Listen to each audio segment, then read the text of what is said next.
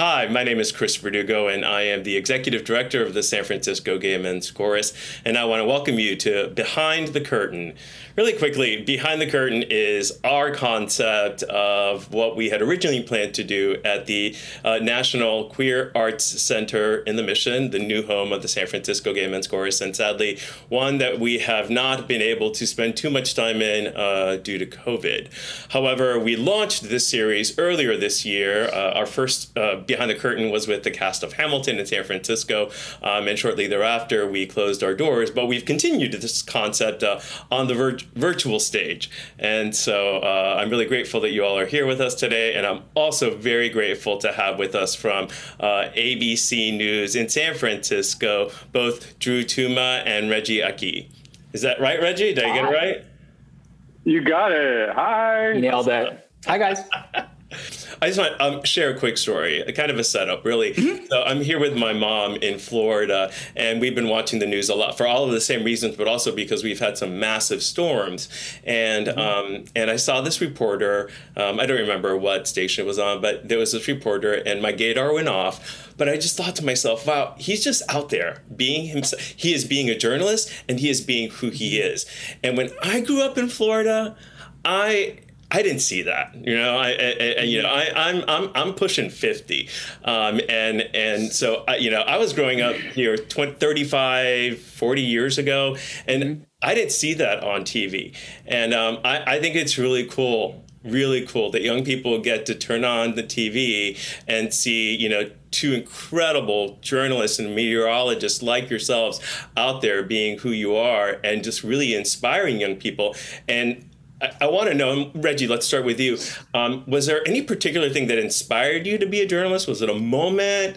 Was it an act? Was it something that you saw? Like, what drove you to that? It's funny. This is all I've ever done as an adult, other than work at Chuck E. Cheese and the Olive Garden. Oh, gosh, Chuck E. Cheese. Oh, no. Don't even get me started on that. Yeah, that's another Behind the Curtain, but let's... Yeah. But as far as professionally, I mean, this is what I went to college to study, and miraculously, it actually worked out. And then that's what I've been doing, going from station to station across the country, and then finally landing here, which was somewhere that, strangely enough, my very first professional job interview was in San Francisco when I was in college. I think I must have been a senior. It must have been like the beginning of my senior year or something. I interviewed for Gap Inc. because I totally freaked out. And I thought, there's no way I'm going to get a job in this thing that I want to do, journalism, because it's so competitive and no one gets jobs in this, and I'm going to be poor and I'm not going to be able to pay my bills or keep the lights on. So there was this notice for this job in San Francisco at the Gap, and I applied for it, and I made it through the process. And I came here for the first time. I fell completely head over heels in love with San Francisco. I knew this is where I had to be, that even though it wasn't journalism, it was still a great job.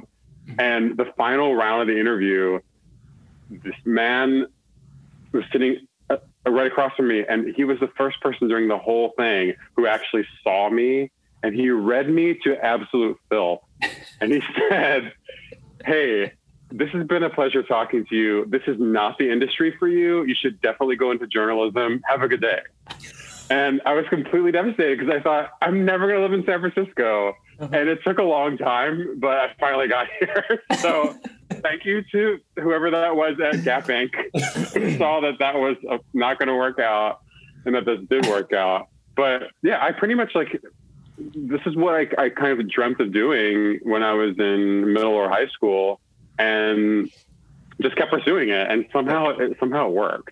But why? Why did you dream that? What was there something that was there something you looked up to, or I'm just curious if there's a kernel there? Well, that's interesting because there wasn't anyone in particular that I looked up to. I think because there was no one that I identified with at all.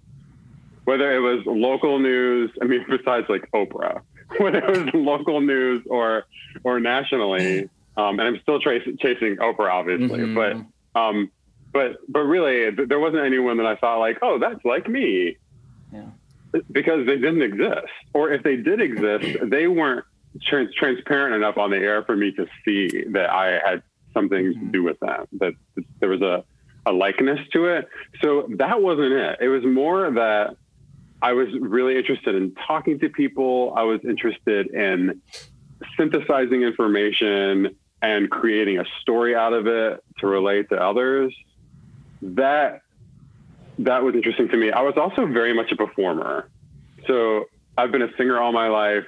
I grew up doing all sorts of theater. And so it kind of was a good combination of me loving the storytelling part of it and the creation of that, and then combining it with the performance. Mm-hmm. And so those two things kind of came together nicely for what I do now. Right on. Mm. And how about you, Drew? What brought you to the magical meteorology? The amount of times people are like, oh my God, you study rocks. And I'm like, no. I don't study rocks. I would say I definitely had an aha moment. I think there's two moments. I did spend a couple of years as a kid growing up in Texas, kind of in the suburbs of Dallas. And I did see, I think I was in first grade and I saw a tornado like with my own eyes. And I was like, okay, like that's fascinating. And then when I moved to Pennsylvania in the 90s, we had a huge blizzard. And I'm talking about feet of snow that was above me when it was all said and done. And I was like, I got to figure out the science behind this. I want to know why it happened. Will it happen again? So I think if you talk to a lot of meteorologists, they kind of have a similar story about what event kind of pushed them into that direction. And so it definitely was the blizzard in Pennsylvania that I was like, okay, I really want to do this. But as a kid, I was so like painfully shy. Like I didn't say many words. And I think now it's funny that my family's like, you're on TV and you talk for a living. And like, as a child, you were so painfully shy. Like we would have never in a million years thought you'd like have a job being on TV. But to Reggie's point, I think also, I mean, I graduated from college in 2010. And even then I don't think there was anybody that was like truly out as a meteorologist. So you knew going into this business that you would try and keep your public and private life very separate, like a lot of LGBTQ people do. But sometimes it's very hard because when people wake up to you like they do to Reggie every morning, or they see you on TV at night, they grow that connection and they do want to learn more about you. And it's really hard not to be authentic and want to share yourself in that way. But I think this really goes to the company we work for, but also the people we work with on a day-to-day basis. They have created this environment, and this is like a huge kudo to Reggie as well, that you can be who you want to be, and that's okay. And you shouldn't be ashamed of it, and you can be your authentic self. And that's really helped a lot of people, including myself, flourish and be more open with people and viewers. And I know it's weird that people kind of think like you're in San Francisco, like you're in one of the most liberal places in America, if not the world. But even so, sometimes it's hard being open without feeling like someone's gonna come after you.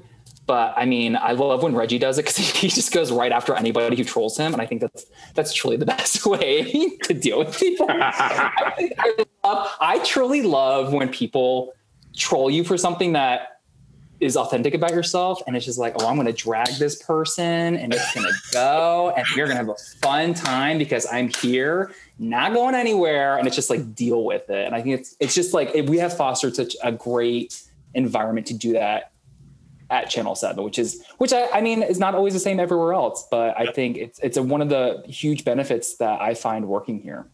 Well, kudos to Channel 7 and kudos to Disney as well, right? And speaking of, Reggie, you are not afraid to clap back. And No, he is not. Do. No, he is not. Nope. Do it. Yeah. Do it. Tell us about that a little bit, because you're really outspoken and you really, it's admirable, really admirable, because part of staying in the space of authenticity is being able to, to hold that within yourself and not let anyone, you can be in that space. But sometimes just having people clap at you, let's say, and go there, can be jarring, and you were really solid. And I know that we'd love to hear a little bit more about what makes you so solid in your clapbacks? Yeah, Reggie, who pushes your buttons? Let's hear it. Well, it certainly has not always been that way. And I think that some of it is just more experience that I have now. And I'm more confident in who I am as a person and who I am as a journalist. So I think that, if I'm going to give myself credit, I think that most of the time I understand where the lane is that I'm driving in. And so I know that I can go this far or this far or this close to the person's bumper in front of me or back without actually hitting anyone. But sometimes you got to let them know. Sometimes you got to honk your horn. And sometimes it's just the time of the day and the day of the week. You're like, here we go. That's true. Like, not today. Not today. But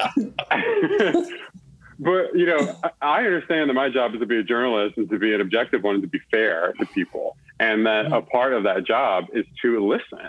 And so I need to listen to points of view that sometimes are opposing to each other and try and figure out, where this all goes and weaves in and how to be fair to these voices.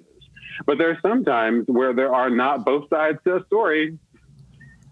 There are some clear times when there is a prevailing voice, which is really the moral voice. And there's sometimes when there is just someone who is just squawking away and they are being so outlandish, so racist, so homophobic, fill in the blank of something that just crosses that line where you just have to say like, okay, well, here's what we're not going to do today. We're not going to do that because that is not a valid point of view. Now you're just spewing hatred and we don't have time for that today. So that's, I'm going to let you know that. And then we're going to move on. So, and Drew was saying earlier, if people are coming for you for who you are, that is different than someone coming for you for what you said. Because, if they're coming to you, that's just an opinion, man. Like, okay, well, you differ about the story that we presented, the way that we presented it. And okay, we could disagree about that. But if you are coming and attacking me for my identity, well, now we're going to have a real problem here. Yeah. And we need to have a discussion about that. And that discussion is a retweet. That's a quick discussion. But you have to be careful with that sword because my intention is not to hurt people's feelings. My intention is to say, this isn't okay. And I'm going to call this out because I know that other people are watching and that other people have been attacked in this method as well. So this is my way, like, who cares about me? This is my way of protecting you, to say that I am here to stand up for everyone like this today.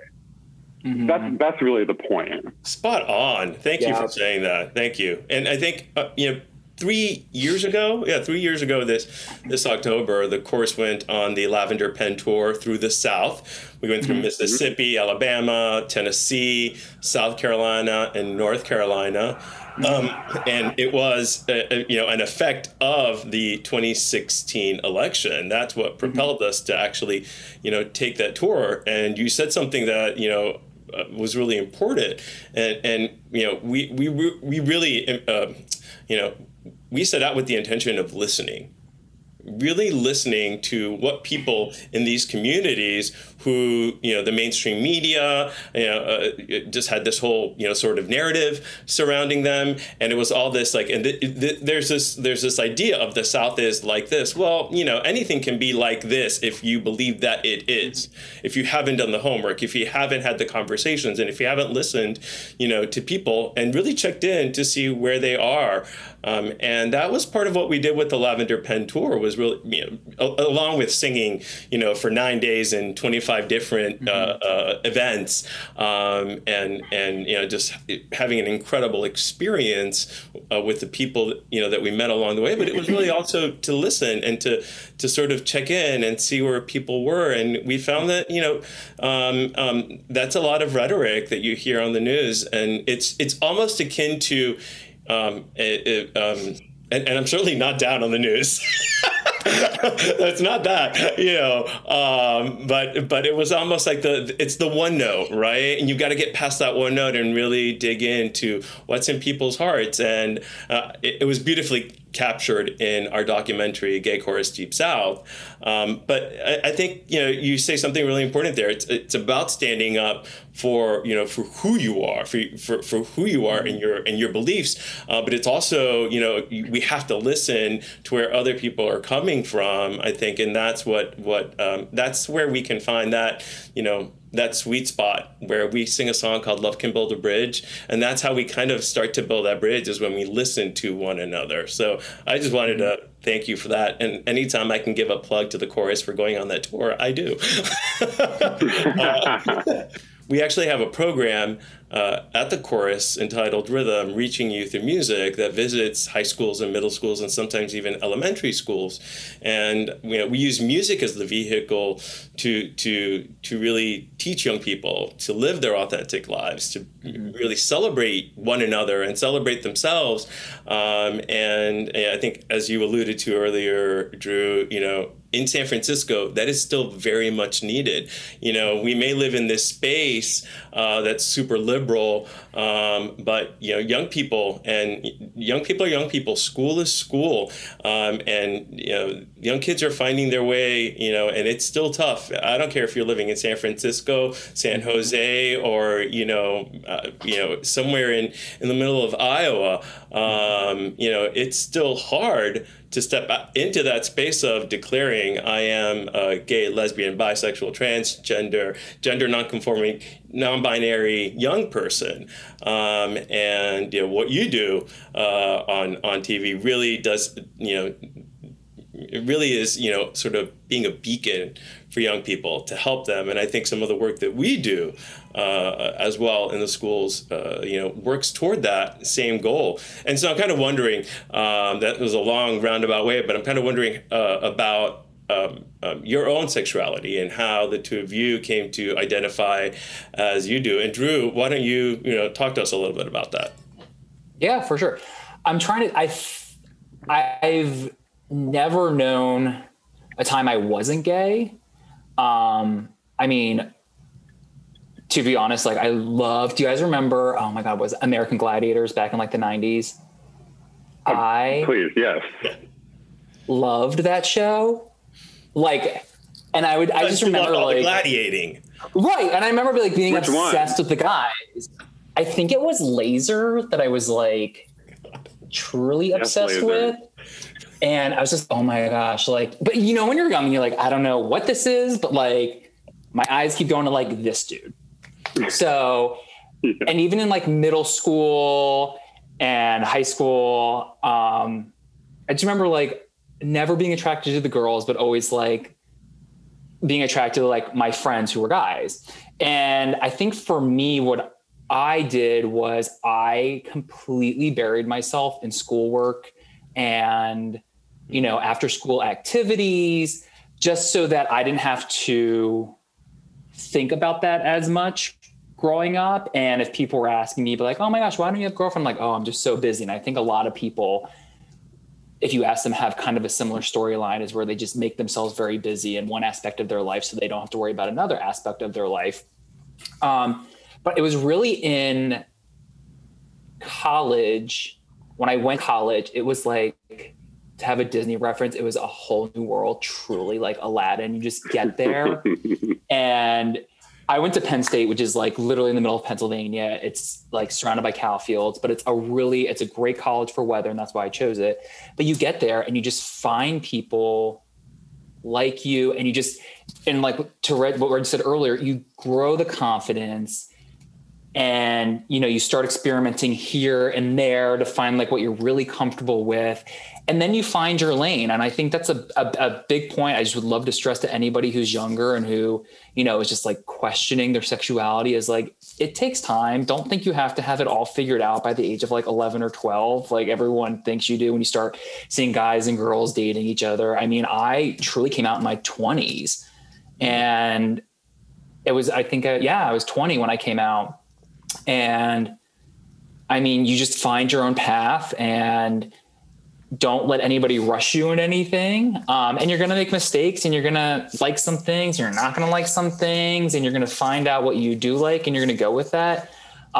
So a short answer is like, I never knew a time that I wasn't gay. I just didn't know what I was early on. And then when I found out, I was like, yes, this is, yeah, for sure. And then, you find your tribes, and you find people that are like you. And then, before you know it, you have a friendship circle and a life that you like have always imagined you thought you would as kind of a young kid. Oh, well, that's beautiful. How about you, Reggie? Yeah. First of all, this is laser. Yes, I knew it. Laser. Okay. Also, I have this thing where I'm like always attracted to brunettes. I don't know like what it is, but laser, being a young little gay boy, I was like, that's it. Our audience is going to love laser. That is it. And mind you, it's just like Saturday morning. No, that is the merit of a true journalist, right? I'm like, you and I are over here chatting away, and I'm like, I wonder what Reggie's doing, looking down on his phone. He's got it. Doing your research, finding laser. Hi, laser. Thank you very much. What's up, laser? Well, remember they had the giant Q-tips. I can't remember what the actual name of that thing was. Yeah. Was it? And they're not like the joust? That was something else. No, they right? weren't like jousting each other. Remember they like battle with those giant Q-tips? Yes, and like to knock each other off of the like balance beam. Yeah, we need Weren't to they on a get balancing into or this. Like we need to take a deep dive, and we also need to see what happened to Laser and the rest of the gladiators. I'm very interested. Okay. While you look that up, while you answer, I'm looking at what happened to Laser. About growing up gay. Well, first of all, let me just say that I'm still trying to figure it out. And I've only just recently come to the conclusion. I thought that I would have it all figured out by now. And it turns out that's not true. So like, as time goes on, I mean, things really change when it comes to, I mean, not with my sexual orientation. Like I'm very, confident that I am a grown gay man. But I just mean that, the way that you sort of navigate your identity definitely changes as you grow, even as you're well into adulthood. So I think that's fascinating. And something I didn't expect. I guess I just thought that was, just like frozen after you're like 22 years old. But was this an easy process for me? No, it was not. I mean, I came out about the same time age-wise that Drew did. In college, but the path to get there was definitely, it was difficult for me. I just didn't know how people would react. And I grew up in Hawaii, and then when I was 9, we moved to Baltimore, Maryland. So I was now in a completely different place where I didn't know anything at all and had to learn really a whole new way of living. And so that kind of rocked me in a certain way that I think is hard to separate from, your sexual orientation questions as well, because everything was confusing to me.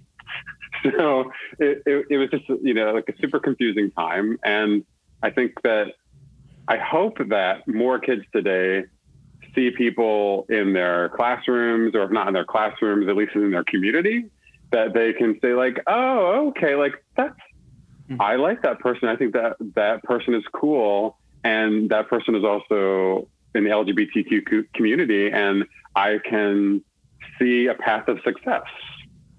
But for me, there was no one. Like, who was the path to success? Even if you looked at scripted programs on television, there was nothing there unless it was the butt of a joke. And later on, a victim of something.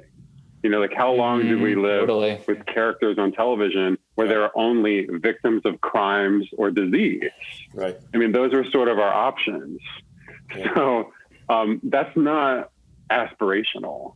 So it wasn't really until I got to college where I started to see people who were in my own cohort, but that I understood to be very cool. And thought, oh, well, they kind of got it together. And what's interesting is one of the first people that I felt that way about, I was in New Orleans last year for actually a gay journalism conference.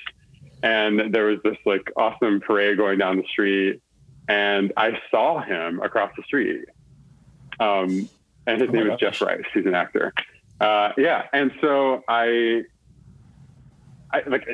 who knew that he was going to be there? And he happened to be in New Orleans at the same time I was. And I ran across the street to say hi to him. But he was extremely, I guess my point is, you never know who is going to influence you. Yeah. And he was just living his life and just being Jeff. Yep. But I was silently watching at school, like, this guy really has it going on. Like, he has a boyfriend, and he's cute, and he seems to have like a lot of friends, and he's super talented. And I was silently admiring it for a while.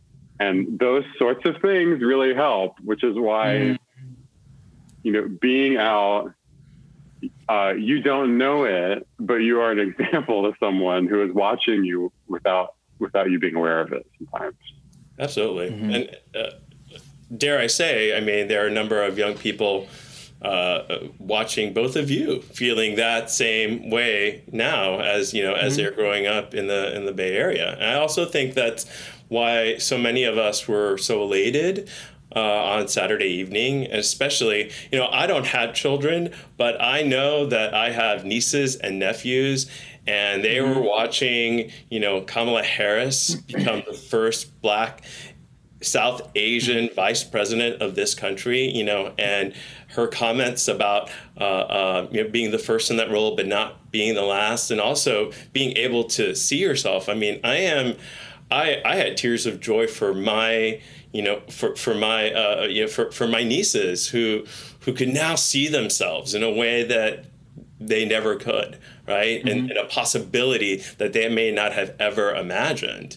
And so I think that's the same, and that's sort of the inspiration that both of you also provide in our community. So I just want to take a moment and thank you for being who you are, and living your authentic lives so beautifully and loudly and proudly. Thank you. And for loving the San Francisco Gay Men's Chorus. Oh, yes. Which they do. Drew, yeah. Tell me, what's your favorite thing about the San Francisco Gay Men's Chorus? Oh my God, all the men. No, I know. I think your mission is beautiful. In short, I think your mission is to spread joy. And you guys do that so well, not only here, but in other parts of the country. Like you mentioned, that don't always have access to some of the things we kind of sometimes forget. We kind of take for granted, I think, sometimes, just because we live here, and it's for us, it's just another day in San Francisco. But I mean, to see that representation, say in the South, like you said, I mean, that's huge. I mean, I know it's hard. It's not tangible to see that you're changing someone's life, but you absolutely are, by being there in a place that doesn't normally get that, kind of entertainment. And there's definitely people who need that, and that pushes them through even more to get past a hard part of their life. I mean, and to live an even better tomorrow. So I think you guys have a great mission. Oh, thank you. Okay, Reggie, you're on the spot. My favorite thing about the San Francisco Gay Men's Chorus is Mitch Galley. Okay, just pause for a minute. Who also, I just gotta, because you said his name, I just want to give Mitch more kudos, because he runs our rhythm program that I was speaking about, and he's pretty amazing. So, okay, let's find out why Mitch is your favorite person. Okay, first of all, Mitch Galley is like the cutest boy in the world. Like, this is his picture right there. So that's one reason. Also, I know his dog. He's legit my friend. This isn't creepy. But the thing that I love about Mitch, like, I have a point here beyond that Mitch is cute and so charming, is that he is this young guy, young, talented person who is like the next generation of San Francisco residents. And that's what I really love about the Gay Men's Chorus. I mean, it is multi-generational. And so you have a story that shows you what San Francisco has looked like for the past 30 to 40 years, all on stage. And we should note there are many people who are missing from that stage because there's this whole generation that did not survive to live to the age that I am, right?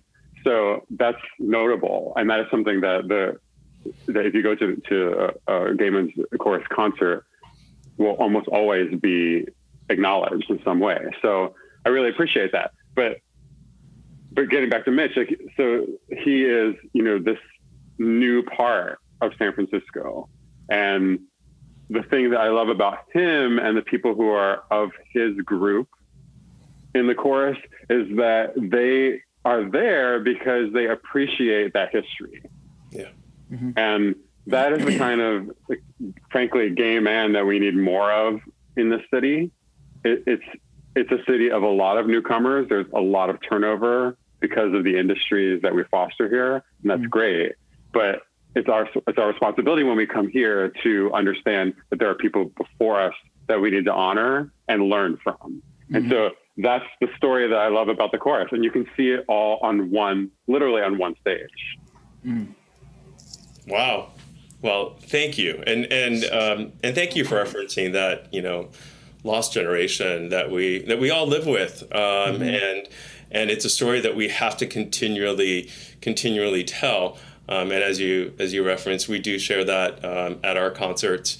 It's never lost on us, that we stand upon the shoulders of all of those men who came before us and who left too soon. And the fact that we are the San Francisco Gay Men's Chorus, sort of the granddaddy chorus that started, the gay men's choral movement, which spans 5 continents now. We take that, it's hundreds of choruses on 5 continents, and we take that responsibility very seriously.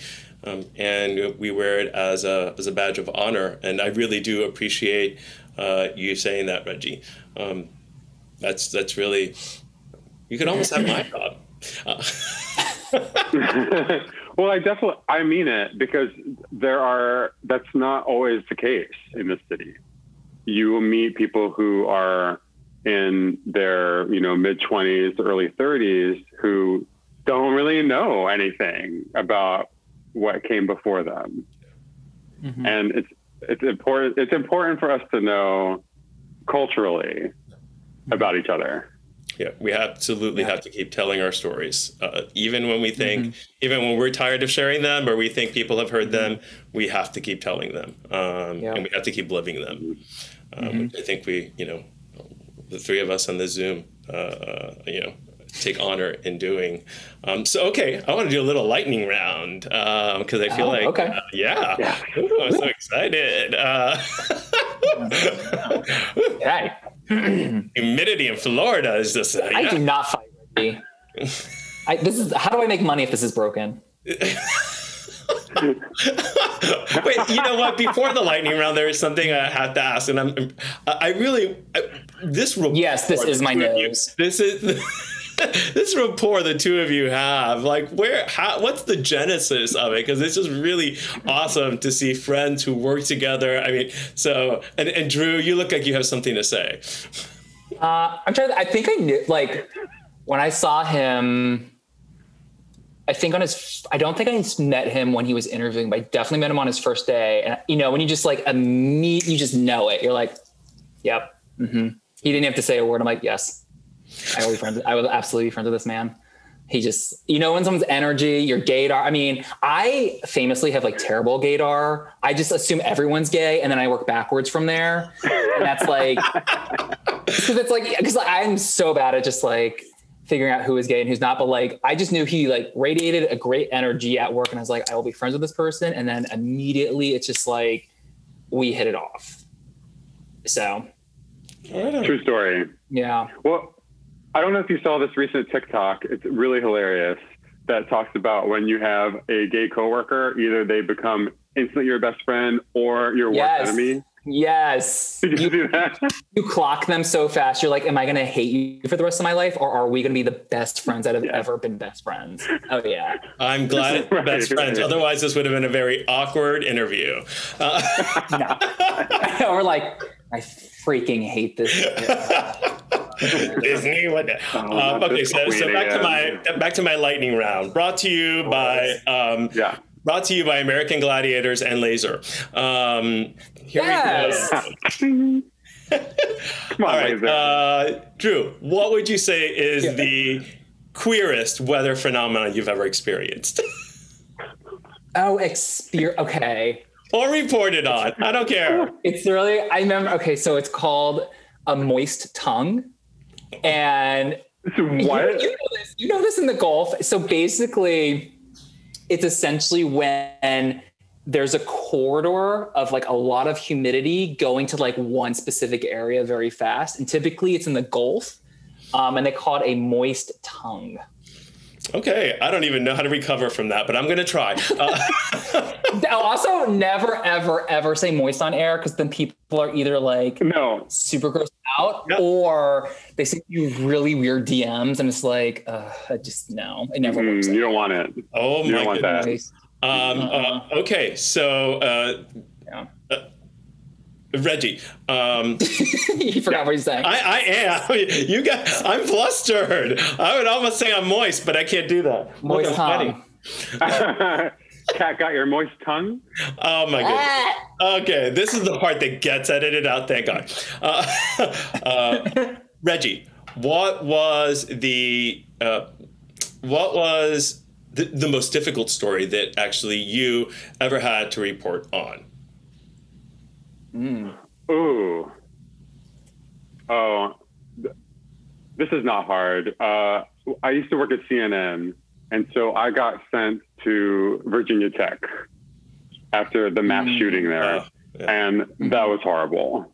I mean, there's just no getting around how impactful that was for everyone around the world, but particularly Blacks for Virginia, the campus community there. It was just shocking, horrific. Yeah. You know, I went back many months after it happened. I think I went back on the 1-year anniversary and was able to talk to survivors. And that was also very difficult. I was happy to see them again and see their, emotional progress, but they still had, of course, a lifetime of scars to get through. So that was really hard. Okay. All right. We're going to bring the energy back. Okay. Lightning round. Here we go. Lightning round, right? Okay. So, your favorite Disney musical or song, Reggie? I love Frozen. And I'm friends with Casey Levy, who played Elsa on Broadway. And so Let It Go, her version of Let It Go, as Drew would say, Chef's Kiss. Chef's Kiss. Okay, so Chef's Kiss. What about yours, Drew? I think mine is, we had this conversation. I really enjoy Moana. And Reggie, what is the name of that song? What's the name of it? How Far I'll Go? Yes, How Far I'll Go. There you go. So really good. Your favorite Broadway show, Drew? Oh man. I hate to be that person, but Hamilton was really good. And I thought it was going to suck because everyone put the expectation so high. And then when I saw it, I was like, oh my God, this is really freaking good. So I'd say Hamilton. Reggie? I'm going to say Hadestown. Oh. That was good. That was good. Oh, my second one was also... I'm still listening to the soundtrack. Sorry, the cap's recording. Oh no. Something Rotten was also one of my favorites. You guys are the worst at lightning round. No.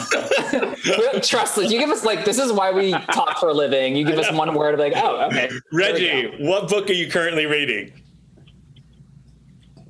I'm reading Mariah's book. Okay. Oh, you are? Did not see that coming. Well done. Yeah. Drew. Yeah. You guys are going to hate this, but I'm reading the history of hurricanes.